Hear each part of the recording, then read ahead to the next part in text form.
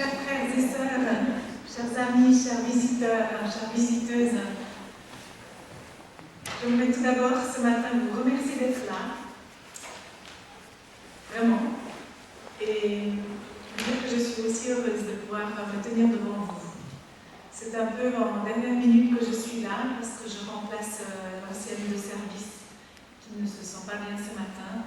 Alors vous m'excuserez pour les lapsus et pour les différentes relations que je dois faire à ma feuille ce matin. Vous avez constaté que vous avez dû attendre, c'est un peu une situation particulière que nous vivons tous. Je n'aurais jamais imaginé un jour que nous devrions peut-être un jour demander à des gens de ne pas entrer puisque le quota serait complet. Ce matin, exceptionnellement, nous faisons 2 services de culte pour permettre au plus grand nombre de participer, sachant que peut-être la plupart n'ont pas pu être avertis. À partir de la semaine prochaine, il n'y aura qu'un seul service de culte qui commencera à 10h15. Le nombre sera également restreint et contenu à 50 personnes maximum. Et des informations suivront sur la suite à donner pour le moment. Donc, ce qu'il faut retenir, c'est qu'à partir de sabbat prochain, le seul service de culte, donc l'Église ne ferme pas, c'est déjà une bonne nouvelle, et réjouissons-nous de ça. On ne se retrouve pas dans la même situation que le mois de mars. Le temps des annonces est un peu changé, et d'abord on va vous donner des mauvaises nouvelles, entre guillemets, puisque vous verrez que nous n'avons même plus l'opportunité, le privilège de chanter. Donc ça, c'est ce qui nous manque le plus, c'est un peu particulier. Nous aurons la chance d'entendre une participation musicale, mais nous ne chanterons pas par rapport aux dernières recommandations fédérales. Le groupe de prière du mercredi est maintenu par Zoom. Par contre, pour celui-là, l'identifiant a changé. Donc vraiment, quand vous vous connectez, ne vous connectez pas avec celui que vous auriez eu l'habitude, mais vraiment, il est changé. Et vraiment, nous invitons chacun et chacune à participer à ces groupes, même par Zoom. C'est quand même un moyen de rester en contact. L'Église de Genève-Plus décide aussi de se réunir pour ses comités, ses commissions de nomination, tout par Zoom. Donc nous quittons le présentiel pour favoriser les rencontres par technique électronique, technique Internet. Et avant de finir le temps des annonces, j'aimerais vraiment que nous pensions tous à tous ceux et celles qui n'ont pas pu se joindre à nous ce matin. Les raisons sont différentes. Nos amis français ne peuvent bientôt plus sortir du pays sans une raison valable, comme ils appellent ça. Et je pense vraiment spécifiquement à eux et à tous ceux qui n'ont pas pu venir pour des raisons que Dieu connaît, que ce soit pour la santé, pour différentes raisons. Les cartons ADRA sont maintenus et par rapport à ces cartons ADRA, vous savez comment gérer si vous souhaitez participer à cet événement de fin d'année, qui revient chaque année, de participer soit par le financement, soit par confectionner vous-même un carton. Et ce qui est encore important de dire, c'est qu'il y aura devant l'église un QR code. C'est ce genre de tableau qui ressemble à un labyrinthe. Et quand on télécharge et qu'on demande, il traduit, si on veut, les dernières décisions que l'église prend pour se réunir et pour des questions pratiques. Donc ce QR code devant l'église permettrait de vraiment savoir quelles sont les dernières directives, puisqu'on doit s'adapter au jour au jour. Voilà. Alors je vous invite à vous lever pour le temps de recueillement et d'invocation que nous allons partager ici.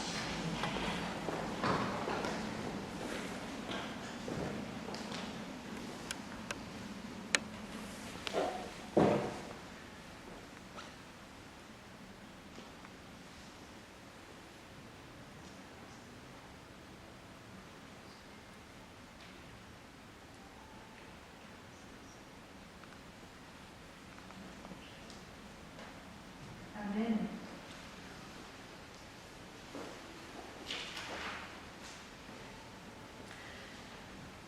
Je vous invite à vous asseoir.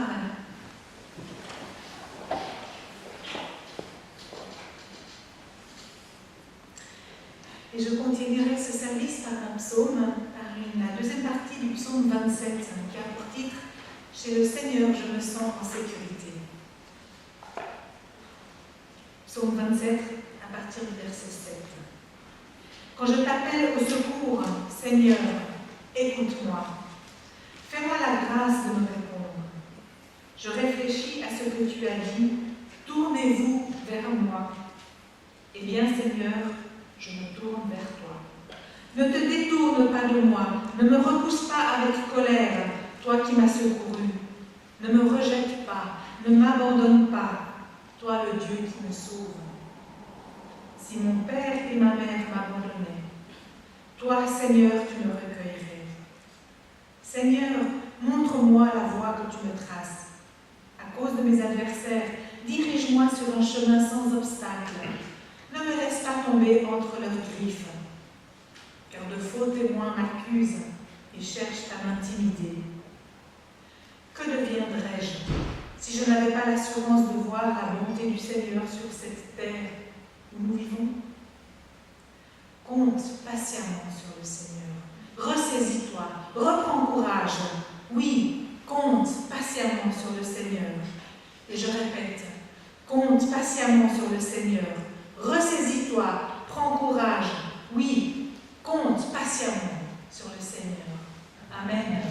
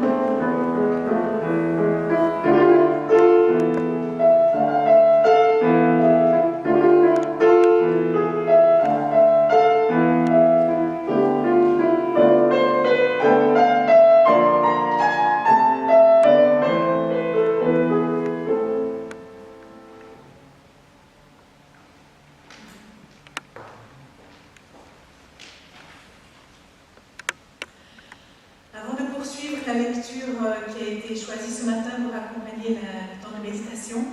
J'aimerais vraiment profiter de ce petit moment pour remercier toutes les personnes qui œuvrent pour le bien de ce temps de culte, même qu'il est particulier. J'aimerais remercier Eva, j'aimerais remercier Gabriel pour la feuille d'annonce, j'aimerais remercier la solo, j'aimerais remercier les fleurs qui nous égayent ce matin, remercier aussi nos pasteurs qui ont vraiment choisi un thème qui nous touche et nous concerne. J'aimerais remercier le diaconat qui doit s'adapter et remercier aussi vraiment toutes les personnes qui entretiennent cette Église. N'oublions pas de remarquer, d'être reconnaissant pour la propreté aussi qui est dans ces lieux. Merci vraiment à vous tous qui êtes participants à ce temps et à ce lieu. Le texte choisi ce matin se trouve dans Matthieu 9 et nous lirons les versets 35 à 38. Jésus a pitié des foules. Jésus parcourait villes et villages. Il enseignait dans leurs synagogues, prêchait la bonne nouvelle du royaume et guérissait toutes les maladies et toutes les infirmités. Son cœur fut rempli de pitié pour les foules qu'il voyait, car ces gens étaient découragés et fatigués, comme un troupeau qui n'a pas de berger. Il dit alors à ses disciples, « La moisson à faire est grande, mais il y a peu d'ouvriers pour cela. Priez donc le propriétaire de la moisson d'envoyer davantage d'ouvriers pour le faire. » Amen. Amen. Je vous invite pour un temps de prière et je vous remercie de vous lever.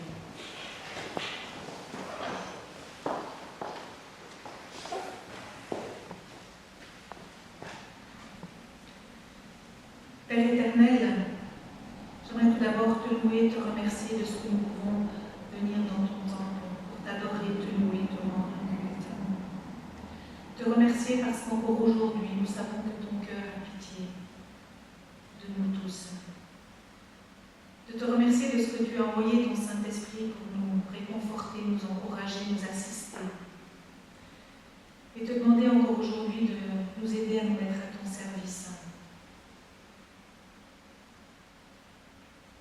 J'aimerais te demander, Père, ce matin d'accompagner et d'être avec ceux qui n'ont pas pu se joindre à nous pour les raisons que tu connais. Les raisons sont multiples, mais nous te faisons confiance, Père, de les encourager, de les soutenir. Nous pensons à nos personnes qui sont malades, hospitalisées. Nous pensons spécifiquement à Elga, à Frémy. Nous pensons à Arlette aussi. Et Seigneur, excuse-moi d'en oublier, de les nommer spécifiquement, mais tu les connais. Seigneur, j'aimerais aussi te demander de bénir cette assemblée, de bénir tous les membres, présents ou absents, et de bénir tout spécialement nos pasteurs qui ont ce message spécifique pour nous aujourd'hui. Ouvre nos cœurs à la réception et à l'engagement que nous voulons avoir. Garde-nous en toi, Père, dans ta paix, avec le pardon de nos fautes, je te prie, en Jésus. Amen. Amen. Je vous invite à vous asseoir. J'invite Nicolas à prendre la parole pour ce temps spécifique. Merci.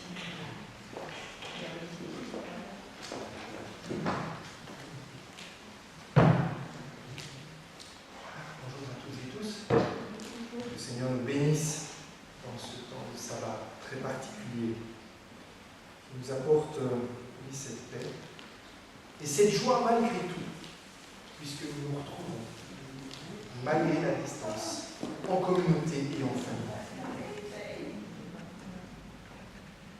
Vous avez peut-être appris, et j'espère que vous le savez, que depuis quelques semaines, la commission de nomination de notre Église a commencé à faire son travail. C'est un travail important, c'est un travail qui demande de l'engagement, du temps, qui demande aussi d'être guidé par l'Esprit de Dieu pour construire l'Église de demain, pour continuer tout le travail qui a été fait jusqu'à maintenant, l'œuvre, la mission, et participer à cette croissance que nous souhaitons et à laquelle nous souhaitons participer. Merci à celles et ceux qui s'engagent, merci à vous aussi qui soutenez le travail. Et prions vraiment pour que nous soyons portés et que l'équipe de la commission soit portée. Lorsqu'on parle de mission, eh bien, nous sommes forcément en lien étroit avec la mission que Jésus nous a donnée, avec sa vie, avec son ministère, avec son œuvre. Alors que Jésus parcourait les chemins, les villes, les villages des différentes régions dans lesquelles il a été, il a vu le besoin immense. Il s'est rendu compte à quel point les foules qu'il rencontrait, les hommes et les femmes qu'il rencontrait, avaient des besoins. Ils avaient besoin d'être guéris, ils avaient besoin d'être touchés, ils avaient besoin qu'on prenne soin d'eux. Et il a lancé cet appel à ses disciples. Et c'est le texte qu'Evelyne nous a lu ce matin et qu'on trouve encore une fois dans Matthieu 9, les versets 35 et suivants. Le contexte dans lequel Jésus donne et dit ces paroles que Matthieu nous a apportées, est en lien étroit avec le ministère de Jésus.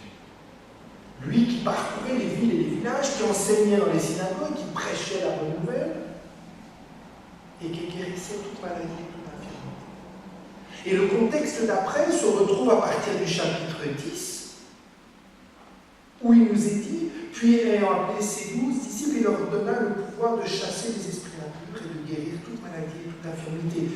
Donc, c'est dans ce moment-là, dans ce temps particulier et important, dans lequel Jésus, dans seulement appelle, mais envoie. 3 caractéristiques sur son ministère. En tout cas, que l'on peut tirer de ce passage-là. D'abord, Jésus parcourt les villes et les villages.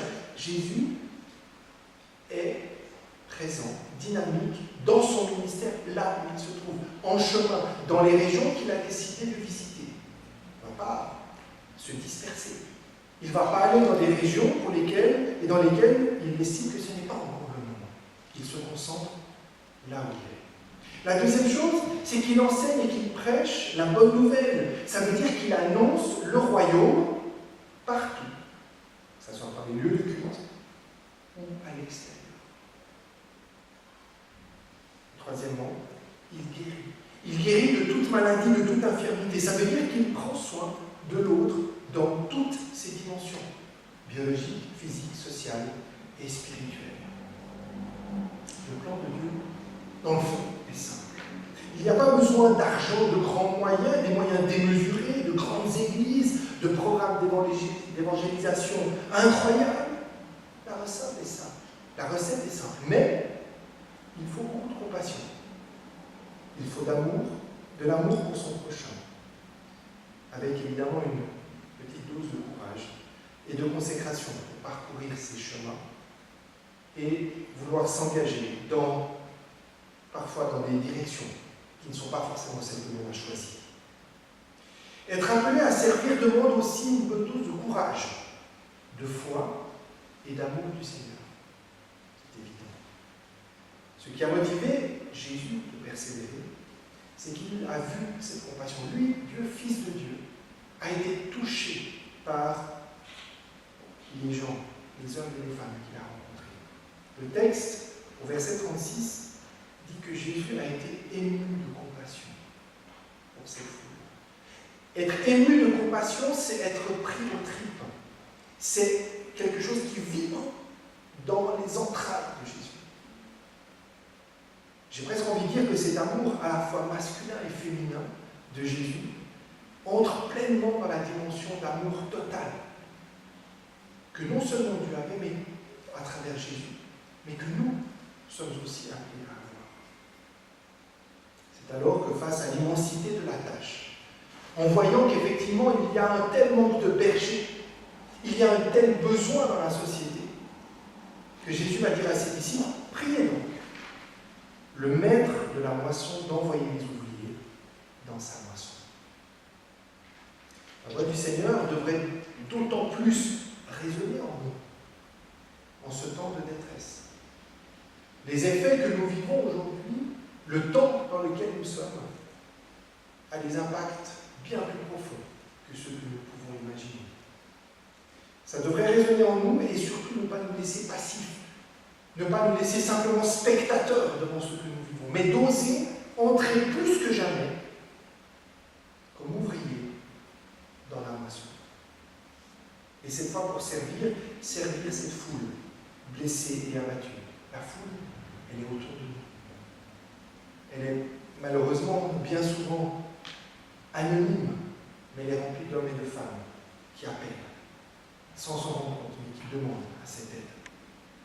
Cet appel du Christ, plein d'émotions, de compassion pour ce monde, doit nous interpeller, m'interpelle. Il dit prier. Prier, non pas pour servir l'Église elle-même, ou pour elle-même, mais bien pour servir à travers elle. C'est à travers l'Église, à travers la communauté, à travers mon engagement dans cette communauté et dans cette Église, que je peux répondre à cet appel de Jésus. Dans cette prière, il y a 3 dimensions, 3 promesses que j'aimerais partager avec vous ce matin. La première de ces promesses, c'est que Jésus qualifie ses ouvriers. Quand Dieu envoie, Dieu pourvoit. C'est plus clair lorsque nous lisons la suite de l'histoire et à partir du chapitre 10. Il appelle les 12 disciples. Il leur donne le pouvoir de chasser les esprits impurs et de guérir toute maladie et toute infirmité. Notez-le toutes. Encore une fois. Et ensuite, il donne le nom des 12 apôtres. C'est La promesse qui accompagne l'appel du Christ à prier, c'est non seulement qu'il nous enverra, ou qu'il enverra, ou qu'il nous enverra comme ouvriers, mais qu'il qualifiera ses ouvriers, qu'il nous qualifiera pour le travail à accomplir. Et à ce moment-là, on voit bien que Jésus partage deux choses. Son leadership, c'est-à-dire sa capacité à entreprendre, son autorité et son pouvoir.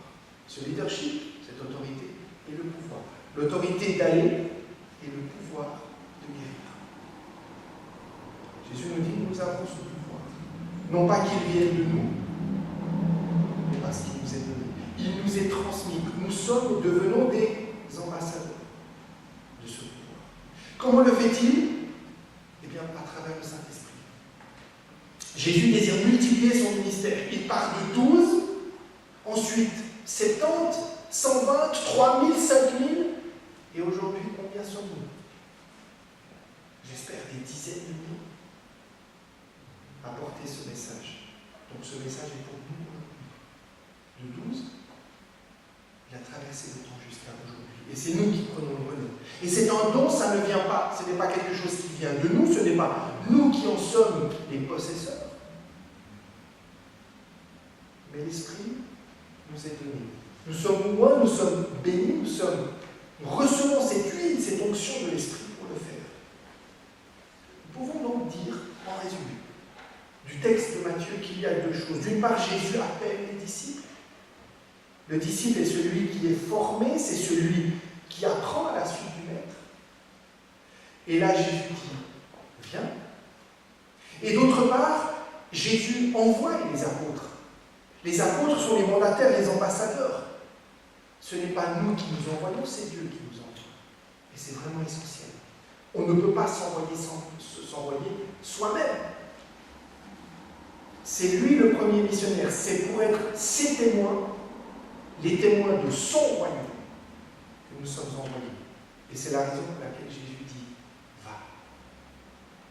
La deuxième de ses promesses, si tu pries, si je prie en tant que disciple, je deviens non seulement disciple, c'est-à-dire suiveur, marcheur, mais je deviens aussi apôtre et envoyé. Prier le Père pour envoyer des ouvriers me conduit à voir deux choses. D'abord, me sentir responsable au niveau personnel, dans ma vocation, dans mon appel à proclamer ce salut de Dieu. C'est une prise de conscience, un réveil. La deuxième chose, c'est me reconnaître comme un disciple, un apôtre, un ouvrier qui travaille dans la moisson. Je suis celui qui a reçu. Vous êtes celles et ceux qui avaient reçu. Et à notre tour de transmettre plus loin cette parole, cette joie de l'Évangile. Et si nous avons perdu ce zèle missionnaire, cette prière, eh bien, nous invite à nous réapproprier, à réapprendre à éprouver de la compassion et de l'amour pour ce monde, pour notre prochain. Il s'agit aussi de voir où sont les vrais besoins. Non pas que le monde nous dit les besoins sont là, mais d'écouter les besoins vers lesquels Dieu nous envoie et les personnes vers lesquelles il nous envoie. Il nous invite à sortir de notre égoïsme, de notre égocentrisme. Il faut s'ouvrir à plus grand que soi. Et je répète, à plus grand que soi. Et plus grand que soi, c'est l'autre. Et c'est Dieu. C'est Jésus qui le dit. Il nous invite aussi à compter, prier, c'est aussi compter sur la promesse, les promesses de Dieu, pour un réveil missionnaire. Encore une fois, c'est lui qui envoie, et c'est lui qui fait le premier pas. Et là aussi, je veux m'attendre à Dieu dans ma vie, dans mon engagement. Nous l'avons lu ce matin, et nous l'avons lu dans le psaume 27. S'attendre à Dieu. Le voir, lui, à l'œuvre, et observer, admirer, contempler ce qu'il fait, et suivre derrière. Et enfin, cette prière nous invite à vivre par la foi, vivre accroché aux promesses du Père, attaché aux traces du Fils et à l'écoute de la voix de l'Esprit. La troisième et dernière promesse que nous pouvons voir dans ce prier, c'est finalement celui qui nous interpelle, nous, au niveau communautaire. Après avoir vu la promesse liée au Dieu qui m'appelle, qui nous appelle, après avoir vu les promesses attachées à notre engagement, à mon engagement, il s'agit enfin de voir dans cette prière du Seigneur la promesse liée à l'intercession. Nous sommes toutes et tous invités à prier pour que le maître de la moisson envoie ses ouvriers. C'est son champ, c'est sa moisson. On ne le redira jamais assez. Ça peut être moi l'ouvrier, ça peut être vous, mais ça peut être d'autres aussi. Et on serait surpris de savoir qui le Seigneur appelle. Mais peu importe. Ce qu'il m'est demandé, c'est de prier pour que le Maître envoie des ouvriers. Nous devons donc intercéder, nous impliquer spirituellement, personnellement, dans la dynamique communautaire, par seul ou par petits groupes, à appuyer, renforcer cette démarche. Non pas que le Seigneur nous dise ça va dépendre de votre prière, non, il n'a pas besoin de prière. Par contre, il a besoin de sentir que nous sommes et nous faisons un avec lui dans cette démarche, que nous sommes associés et unis avec lui, avec nos frères et sœurs, et avec toutes celles et ceux qui s'engagent, qui veulent s'approprier ces promesses et devenir et être disciples et apôtres.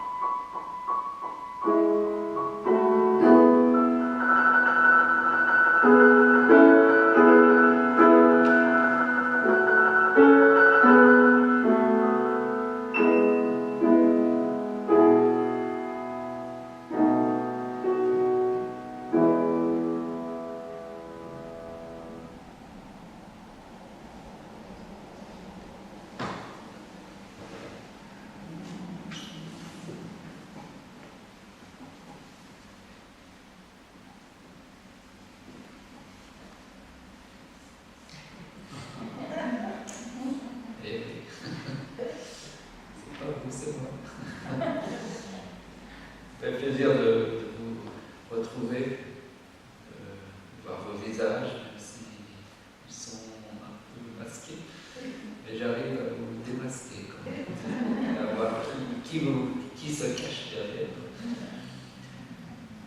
C'est toujours une grâce de pouvoir être dans ce lieu de culte, ce jour particulier qui nous permet de nous retrouver tous ensemble, aussi avec le Seigneur, pour partager ces moments-là. C'est vrai que cette prière de Jésus que nous a partagée, Nicolas, nous interpelle, en particulier face à ce temps. On pourrait presque parler à nouveau d'un semi-confinement. Et c'est vrai que les mots me manquent un peu pour traduire cette situation et puis ce qu'on peut ressentir. Alors que nous nous remettions à peine de la fermeture de nos églises durant plusieurs mois, voilà que, pouf, patatrac, c'est comme si nous revenions un peu à la case départ. C'est vrai que nous traversons des moments difficiles et le risque est de se lasser, de se fatiguer de cette situation de crise qui dure, qui perdure. C'est dur.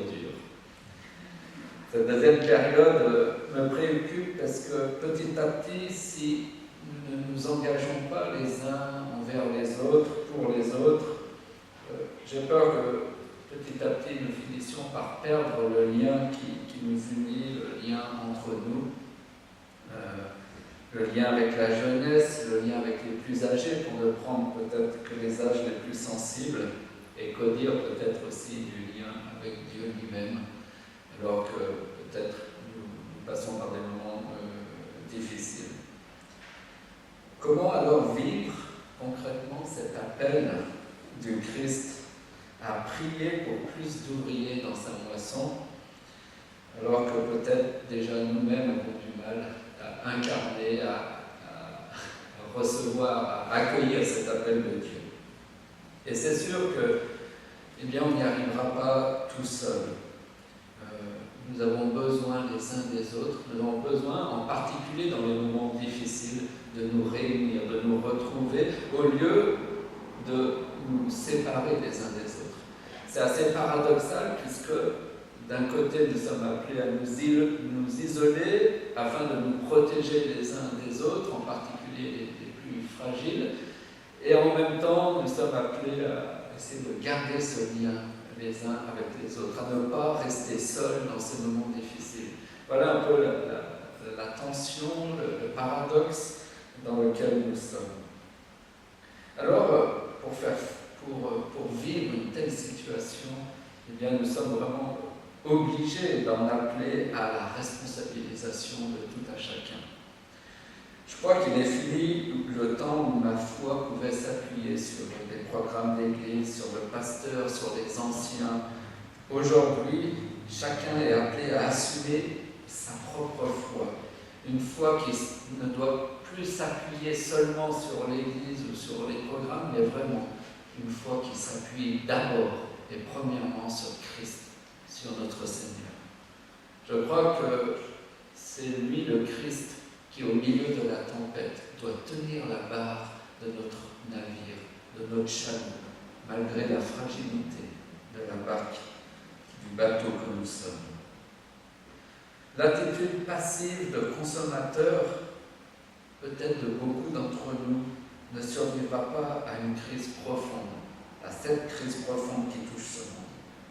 Nous sommes appelés à une foi engagée, mûre et consacrée, qui seule pourra vraiment faire, je pense, la différence aujourd'hui. Et chacun doit prendre sa part, chacun à tous les niveaux de responsabilité, que ce soit l'équipe pastorale, fédérale, mais aussi chacun de nous en tant que disciples du Christ.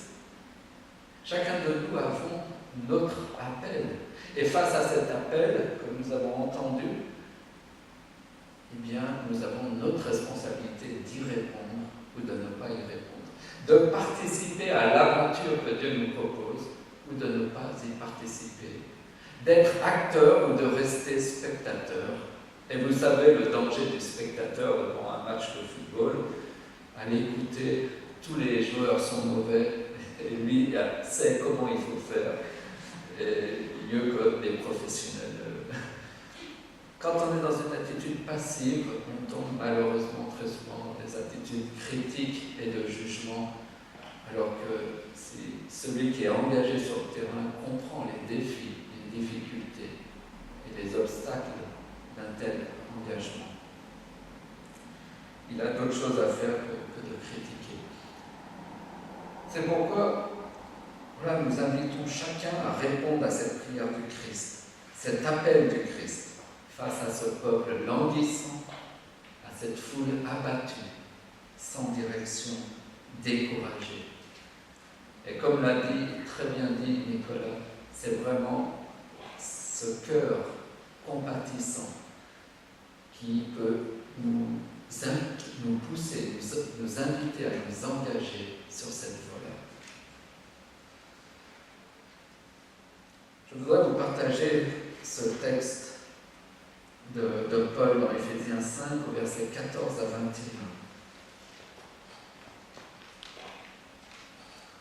Il dit ceci, et je pense que ce texte correspond bien peut-être à ce que nous vivons aujourd'hui. Éphésiens Éphésiens 5, 14 à 21. C'est pour cela qu'il est écrit « Réveille-toi, toi qui dors, relève-toi d'entre les morts, et Christ t'éclairera. » Prenez donc garde de vous conduire avec circonspection, non comme des insensés, mais comme des sages. Un appel à la sagesse. Rachetez le temps car les jours sont mauvais. C'est pourquoi ne soyez pas inconsidérés, mais comprenez quelle est la volonté du Seigneur. Et recherchez la volonté du Seigneur en ces temps, en ces jours mauvais. C'est essentiel. Et il va plus loin, Paul. Ne vous enivrez pas de vin, c'est de la débauche. Bon, ça, on est à peu près tranquille dans nos milieux. Mais, par contre, là, le défi est tout autre pour notre Église. Mais soyez au contraire remplis de l'Esprit. Entretenez-vous par des psaumes, par des hymnes et par des cantiques spirituels. Oui, alors que nous traversons des moments difficiles, nous sommes invités à louer le Seigneur, à regarder à sa gloire, chantant et célébrant de tout votre cœur les louanges du Seigneur.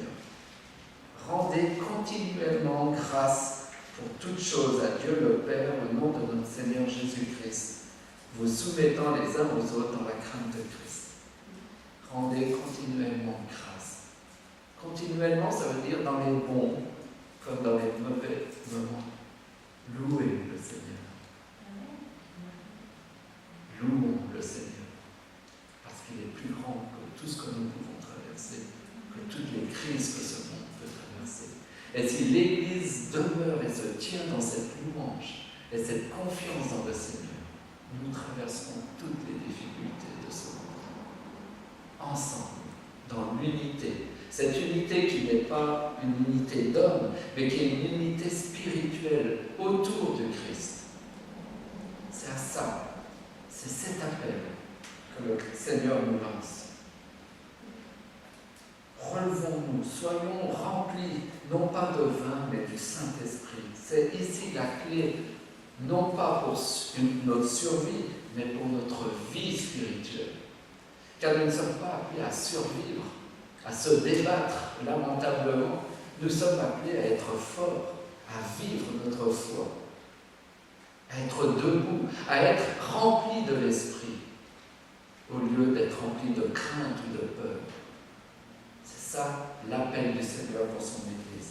Est-ce que ce qu'on vous propose aujourd'hui face à ce semi-confinement, c'est justement cette responsabilisation, c'est-à-dire concrètement de ne pas tout attendre des autres, de vous engager personnellement, de vous prendre en main, d'assumer votre vie et de faire vos propres choix face à la situation.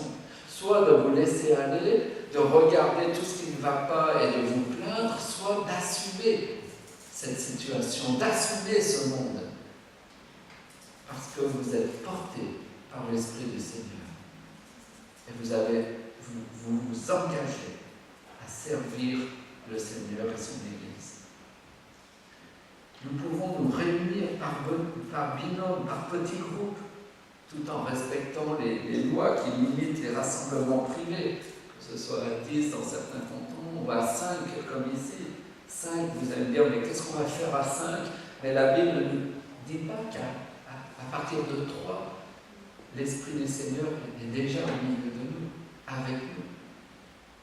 Nous pouvons faire des binômes de prière, juste être 2 ou 3, mais nous sommes invités à ne pas rester seuls, mais à nous unir dans la prière et à rechercher Dieu et à nous unir autour de sa promesse de nous donner le Saint-Esprit. Dans ces petits groupes, nous réclamons l'Esprit de Dieu, mais nous nous entretenons par des psaumes, des hymnes et des cantiques spirituels, et nous chantons et célébrons de tout notre cœur les louanges du Seigneur et rendant continuellement grâce pour toutes choses à Dieu le Père au nom de Jésus-Christ. C'est ce que nous pouvons vivre même à quelques-uns. C'est ce que nous pouvons vivre même si nous sommes juste entre nous, dans la famille. nous pouvons prendre nos enfants et chanter avec eux. Mettre de la joie dans ce monde morose. Mettre de la foi dans ce monde sans espoir. Mettre de la lumière dans ce monde enténébré. Mettre de l'espérance dans un monde qui l'a perdu et qui souffre. Nous sommes appelés à incarner plus que jamais cette lumière. Et c'est ce qui me donne de la joie et de l'espérance, car je sais que c'est possible, parce que je sais que Dieu est lumière. À nous de la rechercher, cette lumière, afin de briller. Et le monde verra cette lumière, verra qu'au cœur des ténèbres, il y a quelque chose qui brille en nous, parce que nous n'avons pas ces paroles défaitistes, nous n'avons pas cette attitude qui consiste à se lamenter, à se plaindre, mais nous portons une espérance qui nous permet de dépasser les difficultés que nous traversons, que nous ne nions pas, mais que nous surmontons par la foi en Jésus-Christ. S'il y a bien un moment dans l'histoire où il ne faut pas se démobiliser, c'est bien maintenant. Et nous sommes invités à nous inventer, à nous réinventer autour de Jésus-Christ et des promesses qu'il a. Et je voudrais terminer cette prédication, ce message à travers une expérience, l'expérience de la tisane. C'est-à-dire, c'est quoi ça, l'expérience de la tisane? Oui, je me souviens d'une expérience où Dieu m'a parlé directement à travers, lors des fiançailles de Luc et Solange, donc mon beau-frère, ma belle-sœur, qui chantent, qui feront une petite composition après, lors de leurs fiançailles. Je me souviens bien que nous arrivions vers la fin de la soirée, et puis Luc proposa de la tisane aux invités, à ses invités. À cette offre, personne ne répondit. Alors Luc, sa tisane à la main, à nouveau demande « Mais qui veut de la tisane ?» Et à nouveau, les gens qui n'étaient pas concentrés sur lui, qui étaient occupés à bavarder, à faire plein d'autres choses, ne répondirent pas à cette nouvelle offre. Alors que je regardais Luc, qui se débattait avec sa tisane à la main, prêt à en offrir, mais personne n'en voulant, une impression très forte se fit en moi, une pensée claire et nette qui me disait « Mais tu vois, Olivier, oui, Dieu nous parle par notre nom, parce qu'il nous connaît bien. C'est exactement ma situation. Je promets le Saint-Esprit, cette eau pleine de vie et de force à mon peuple, mais personne ne répond à mon appel. Alors j'insiste, mais personne ne répond parce que tout le monde est occupé à faire autre chose. Personne n'entend, personne ne fait attention aux dons que je veux lui accorder. Et je reste avec ma tisane à la main, prêt à la déverser en abondance, mais personne prêt à l'accueillir. Oui, le don du Saint-Esprit est comme cette tisane que Dieu nous invite à prendre. Elle est disponible, prête à être donnée et répandue avec effusion et grâce. Jésus se tient à la porte, mais peut-être que jusqu'à maintenant, notre Église était trop occupée, trop divertie, pas concentrée sur sa mission, trop centrée sur elle-même et sa petite personne, sa petite vie. Et personne n'avait vraiment soif de cette tisane, de cette eau pleine de vie et de force, déjà pour nous-mêmes, mais pour ce monde. Moi, j'en ai soif. Je ne sais pas vous. J'ai soif de cette eau vive du Seigneur. Et je me rends compte que c'est ça, cette chose qui nous manque et dont nous avons besoin pour répondre et faire face à cette crise globale qui touche notre monde. Le prophète Zacharie, chapitre 4, verset 6, nous l'a constamment rappelé. Ce n'est ni par la puissance, ni par la force, mais c'est par mon esprit, dit l'Éternel des armées, que mon œuvre s'accomplira. Quand on a l'esprit, on a tout. C'est la plénitude du peuple de Dieu dont nous avons besoin aujourd'hui, plus que jamais. Alors qu'attendons-nous? Qu'attendons-nous pour nous rassembler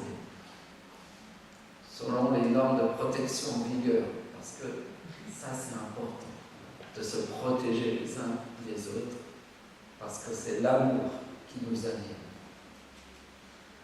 Qu'attendons-nous?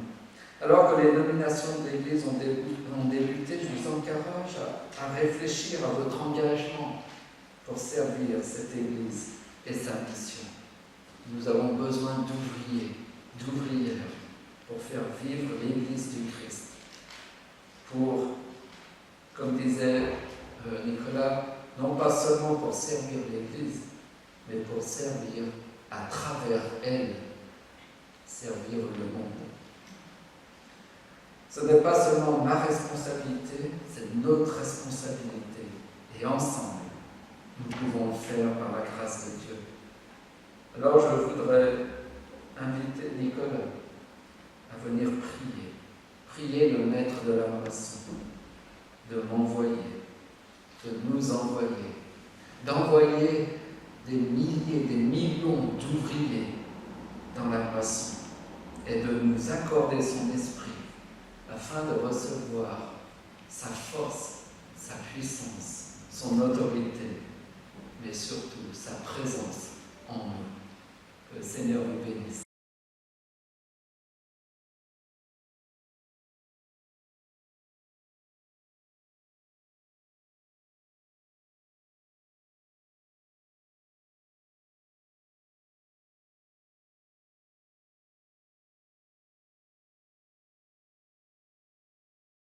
Bonjour à tous. Comme on vient d'entendre dans le message de nos frères tout à l'heure, c'est le moment ou jamais de s'attendre à notre Dieu. Le fait que Jésus revient bientôt est une bonne nouvelle, n'est-ce pas? C'est une bonne nouvelle pour nous. Peut-être pas pour le monde, mais pour nous c'est une bonne nouvelle. Et c'est le moment ou jamais de s'attendre à Dieu dans nos vies, quand les tempêtes arrivent, quand on commence à voir, n'est-ce pas, dans nos quotidiens maintenant, dans les actualités, les premiers signes du temps de la fin, on doit se réjouir parce que la fin approche et que Jésus revient bientôt. Et ce chant qu'on va interpréter, c'est un chant qui nous rappelle qu'on a un Dieu, un Père céleste qui nous aime, qui veille sur nous et qui attend juste qu'on le laisse diriger, qu'on lui laisse le gouvernail de nos bateaux et qu'on le laisse diriger notre vie. Qu'on le laisse aussi nous diriger nos choix pour qu'on puisse mieux le servir là où il nous place, dans l'Église et dans le monde. Abrite-moi sous tes ailes.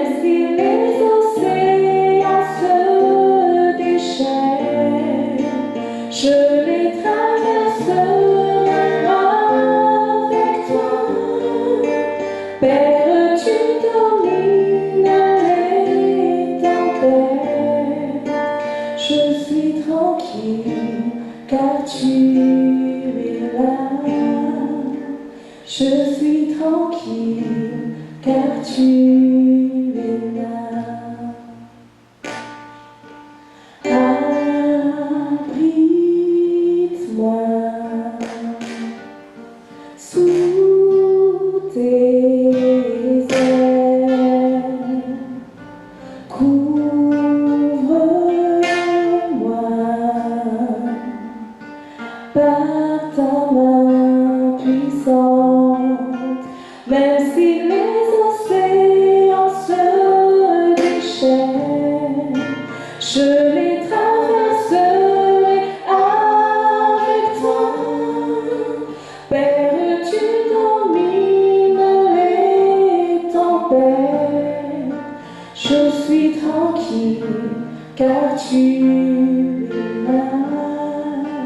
Je suis tranquille car tu es là.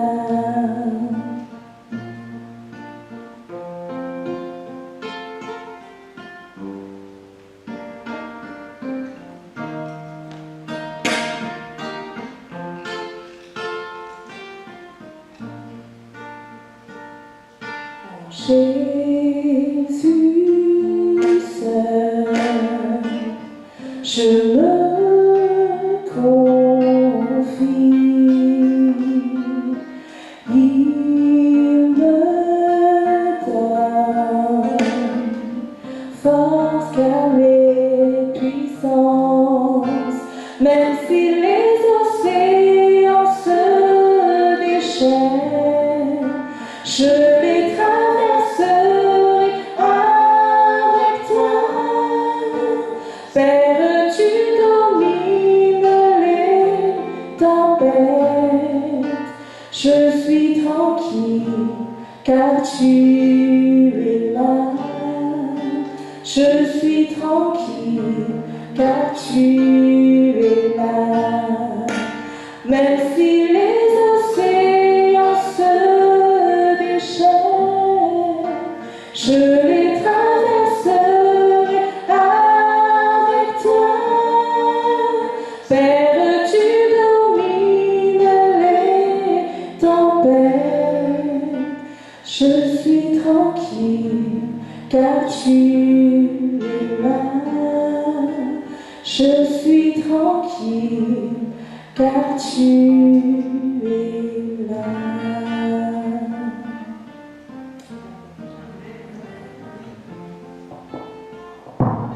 Je ne sais pas vous, mais moi, c'est excessivement difficile de pas chanter. Je ne sais pas comment vous faites.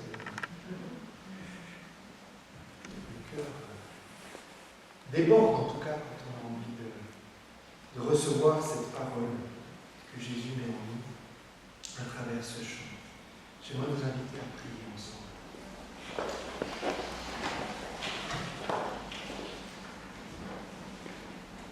Oui, Père éternel, tu me demandes de nous réveiller. Moi qui dors, tu me demandes de me relever. Et Christ va nous éclairer. Tu nous appelles à marcher comme des enfants de lumière. Tu nous invites à être émus de compassion. Tu nous invites à vivre l'Église. Tu nous invites à être des disciples et des apôtres. Tu nous invites à nous engager, non pas pour un fonctionnement, mais pour parler de toi, de ton royaume, de cette bonne nouvelle, de porter l'Évangile, d'être des ambassadrices et des ambassadeurs. Merci Père pour cet esprit, merci pour Jésus, merci pour cette confiance que tu nous accordes d'être ainsi utilisés à ton service. Que chacune et chacun d'entre nous puissions être touchés par la grâce d'être appelés, touchés par la grâce d'être envoyés, d'être à ton service, de te servir d'une manière ou d'une autre, ici, là où nous vivons, auprès de celles et ceux qui nous entourent, de nos voisins, de nos collègues, de notre famille. Merci Jésus d'avoir été ce modèle, d'être ce modèle. Merci Esprit Saint d'être dans nos cœurs, pour que nous puissions être remplis, que cette joie déborde de nos vies et que nous puissions être ainsi des témoins. Et que par le fruit qui vient de toi, eh bien, nous puissions apporter une part de cette joie que tu nous donnes autour de nous. Te prions pour cette journée, te prions pour ce sabbat, te prions pour cette communauté. Que nous soyons bénis, Père, en ton nom, au nom de Jésus.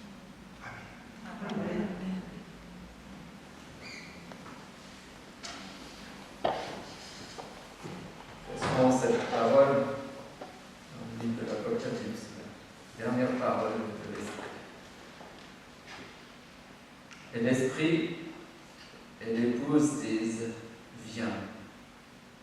Et que celui qui entend dise « Viens ». Que celui qui a soif vienne, que celui qui veut prenne de l'eau de la vie gratuitement.